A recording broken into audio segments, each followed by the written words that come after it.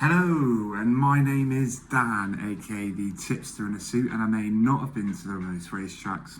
I've definitely not seen the most horses, but I am the best judge of race form that I know. And this year, guys, this year is redemption.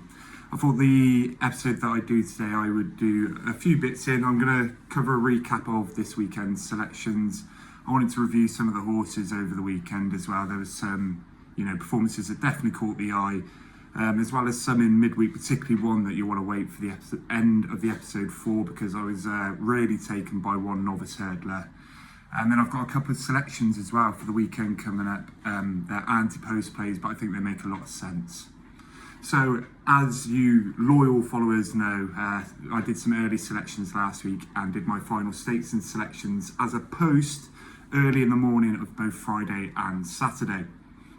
On the Friday, we staked £157.50 and we won back £217.20. It was thanks to Why Not in the first, Potter's Charm with an eye-catching enough win, Path de Rue just holding on, that was a nail biter, and Gila Gioni also placing at 12-1. On the Saturday, it wasn't as successful, guys, but not every day can be a winning day. I outlaid £116.50 and I only got £88 back. So what did that mean for the whole weekend? Well, the weekend outlay was £274 and I returned £305.20p. Honestly, it would have been more due to cashing out some of the bets and getting them on at a higher rate. For example, Why Not? I cashed out on 365 at 10-1 and then went on the exchange and got it at 12.5-1. But I'm not going to include that in these because, I need to stay true to the selections I've put out there. What I will be doing though is any bog deals that I get, I need to put them in my selections and stakes so you guys know I'm getting best odds guaranteed as well. I'm going to keep a little tracker just to make sure that I am, holding myself to account, because that's what I wanted to do when I first started this, to see how I'm getting on over the course of the season. I also wanted just to take a few seconds to shout out the Lucky 15 group I'm in. We're 4 mates and we just pick a horse each weekend in the hope of paying for a trip away. We're down to the last 5 selections of the season, and this season we've decided to go to Haydock for the Betfair Chase meeting. If you check out the Lucky 15 group on TikTok, all of our selections are on there. And this last weekend, Steve picked Laffy. That was a 20-1 winner this weekend. Now, Steve got it at 20-1, but thanks to 365 and Bog, I turned my £3 each way into 120 quid as it went off at 33-1. So thank you very much, Steve, for that one. You paid for a few beers there. And if you want winners like that, check out the TikTok account. It's the Lucky 15 Racing. I want to check out the racing from last weekend from Cheltenham. And then there was also some horses that caught my eye on Tuesday, like I said. So on Friday, we saw the Potter's Charm record a visually impressive win with himself and Gordon Elliott's Manila 6-0 drawing well clear of the rest. His time was half a second quicker than Why Not in the first, and Potter's Charm was carrying an additional £8. To me, beating a 1-2-3 rated winner carrying an extra £3, that puts Potter's Charm at around a 140 horse. He was given an RPR of 138 and he would need to improve again to put himself into contention for a Ballymore. However, how game was Potter's Charm there? He just was not taking no for an answer, was he? It's always good to see, and he would be one who benefits from potentially stepping up in trip, seeing as he's come from the point-to-point scene. Also on Friday, saw the nail-biter Path de Rue just eke out a win over some poorly rated rivals, but the time shows in comparison to Calico's win that it was 17 seconds slower. And in a race over the same distance, Path de Rue's just turned into more of a sprint at the end, whereas Matata's front-running style made the Calico win and more generally run race. Matata ran well in defeat and will be caught between handicaps and graded races, in my opinion. Whilst going back to Path de Rue, it's interesting the handicap has left him unchanged at 144. Why is that interesting? Well, Jazzy Matty, who was carrying an extra £8, was dropped from 133 to 131. So to me, it does show the complexity of the handicapper's job, right? I get that. But how do you see Jazzy Matty get dropped £2 when it was a head behind Path de Rue carrying an extra £8, and then Path de Rue stays at 144? To me, Path de Rue should have lost weight. And while it's a strange race that, ended up being a sprint, I just wanted to point on it to get other people's thoughts on it. Like, what should the handicapper done in that situation? Bizarrely, I do feel Path 3 should have been dropped despite this defeat, but I do get how weird it would be to drop a winning horse. So yeah, let me know what you would do with a situation such as this one that we've seen. Fine, you've got to take into account the time of the other race as well, I feel. So just something to note. Finally for Friday, and Gail Marler was bitterly disappointing. I had that, anti-post and it went off odds on. But it looked like it was a horse that never jumped a hurdle, Val Grand, however, very visually impressive again, vindicating Scouting's choice not to put him in a handicap as he goes and bolts up in a Grade 2. He was 17 lengths ahead of Gail Marler, who's a 135 horse, who admittedly didn't look like a 135 horse, but it is from previous form. And that time was over 3.25 seconds quicker than the 119 rated Imperio. So I'd be excited with Val Grand's chances of winning a British novice 2-mile hurdle race this year. Until we see what Henderson's got to play with, he looks the best for now. Over to Saturday, and I wanted to point out in particular Highland, who was a winning selection for myself, but I thought it was sensational catching the theatre man, who put on a very front-running, galloping display and just folded, whereas Highland put the race to bed. It's a course he acts really well at, and his jumping seemed rock solid, so he's got to be a contender for the Brown Advisory in what looks a weak division for the Brits so far. Saturday saw Intense Approach do well in the novice 3-mile over hurdles, but it was fairly all out at one point turning in. Did put the contest to bed, but that time was nearly 4 seconds slower than the Wall Park, carrying an extra £1 more than Elliott's runner. It would suggest Intense Approach would not be up to winning a graded novice hurdle, but left unchanged at 130, it could still definitely win a handicap in the future. Wall Park, on the other hand, very impressive winner, and you wondering why Elliott's allowed that to happen in that contest, to be honest with you. It's great to see a horse run to its full potential, sure, but it's been smacked with a £7 rise, and off a rating of 152, it's likely to be near the top of the weights of the per-tenths. He'll be a forgotten horse for that race because he'll be chucked away now and won't come back out, but imagine what a banker he would have been off 145. Is he a sire de Burley who could go on into graded races and be a top horse? Maybe. He is only 6, but you think Elliott's left one out there a bit too early. Gimme 5 had his moment in the sun beating Bottler's Secret, but given he had race fitness on his side and the last 2 hurdles were omitted, which I think would have benefited Gavin Cromwell's horse, I think that's got to be his crowning moment for the season, right?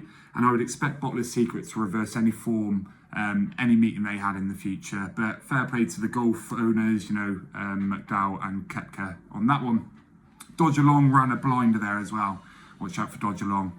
Briefly wanted to touch on Apples Away. Didn't give a true run-in of her race. Just seemed to be a bit muddling, really. I'm not sure what happened there, but I'm sure she's going to be ahead of her handicap mark. On to Monday, and we saw In the Pocket return after nearly a year out and emphatically destroy a return in Farron's Glory. Being an extra year older, I think that helped, and it already had novice chase experience. It means In the Pocket has to be a contender for the Arkle. I feel his class of novices like the Facile Vegas, Illitate Tomts, Marine Nationale, the ill-fated Dark Raven, they were all a better class than this year's bar Ballyburn. Like Firefox has been a little bit disappointing. Slade Steel and Magical Power seem all right, but I think they're a step below the others. It means I'd be taking In the Pocket over Slade Steel or any of those who go novice chasing. I won't be placing a bet on him yet, anti-post, just with his injury history, and you're also uncertain where Ballyburn's going to show up. But it isn't a tip, but it is definitely one to know. In the Pocket in the Arkle would have a great shout. Finally, the horses who caught my eye, 2 did at Chepstow yesterday. There were 2 Nichols horses. The second one at Quibicreos, he was actually touted by Harry Cobden at a festival preview last season. It was an equally exciting prospect to Tishan as how he teed him up. Ultimately, he did disappoint in the champion bumper, but he absolutely dispatched of Juventus de Bruyne yesterday like a very, very capable horse. Juventus de Bruyne before, he'd been hyped up a little bit for the Scoutons and is a horse I've previously fancied, but Quibicreos has gone past him easily, and he wasn't extended out by Harry Cobden either. So there's definitely more to come, stepped up in trip for Quibicreos. I was also keen to see Belliano of the Nichols Yard. He was an expensive recruit out of the point-to-point scene, but I saw a Darren Yates-owned Scouting horse, the New Lion. The New Lion has tracked Belliano, the Nichols horse, and coming up the long home straight into Chepstow, I didn't even see Harry Scout ask it a question, and it's just sauntered clear, absolutely sauntered clear without breaking stride. I've rewatched it a couple of times, and like I said, it's tracking Belliano throughout. I think it's jumped to a low over the hurdles. It did have a little bit of a risk of leaving its back legs, but great hurdlers do, to be fair. And apart from a couple of hurdles where he seemed to eye up the hurdle before going to it, which can be expected for the first time in public on a racetrack, I thought his jumping was really, really strong. His head carriage as well was really nice. He doesn't seem to duck it too much. He holds it high. And the gear he showed to put the race to bed while still on the bridle, it just had my jaw on the floor. And it was a performance that massively, massively drew my eye. He did it in a time that was 4 seconds quicker than Quebecrios. And whilst I get the different races, and Belliano probably made it a truer run race than Quebecrios had, I have no doubt that if the two were to meet, there would only be one winner, and that's the New Lion. From what I saw, he has the potential to be the best novice hurdler in Britain, and I believe he would easily beat Potter's Charm and Quebecrios right now if they were to have a race. Again, I'm not saying to go in anti-post here, as you don't know if the Scoutons are going to step the New Lion up in trip or stick him to the middle distances, but wherever he goes next, back the New Lion, watch his run, see how he hurdles, tell me I'm not wrong, because I think he's an absolute corker of a British novice. Before I go, I wanted to preview and put up 2 sections for the races this weekend. It was difficult to preview so many races last week when the fields did ultimately cut up, but I believe you can extract extra value in these anti-post markets ahead of the weekend. So the key example is the 150s mares race at Wetherby. Currently in the market, you can see Brighter Days Ahead is 7-2. Elliot has already said that's just a backup plan if Dan Royal's called off, and she definitely won't feature in that race. So you can then take those odds out of the market, and it leaves Lucia at evens or K-Tiara.